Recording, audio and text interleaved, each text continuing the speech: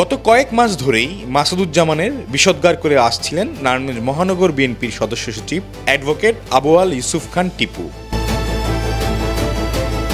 ৩ November বিএনপির প্রার্থী ঘোষণার পরেও সংবাদ সম্মেলন করে মাসুদের প্রার্থিতা বাতিল করে নারায়ণগঞ্জ ৫ আসন ও বিএনপিকে বাঁচানোর আকুল আকুতি ছিল তার। বিএনপির ভারপ্রাপ্ত চেয়ারম্যান তারেক রহমান, আমি তাকে অনুরোধভাবে জোরহাত করে বলবো, নারায়ণগঞ্জ বিএনপিকে বাঁচান, ৫ আসনকে বাঁচান। এরই মধ্যে টানা কয়েকদিন মাসুদের সঙ্গে মনোনয়ন বঞ্চিতদের এক মঞ্চে নিয়ে সভা সমাবেশ ও বিভিন্ন রাজনৈতিক কর্মসূচি পালন করেছে। কিন্তু সেই টিপু এবার ইউটার্ন নিয়েছেন।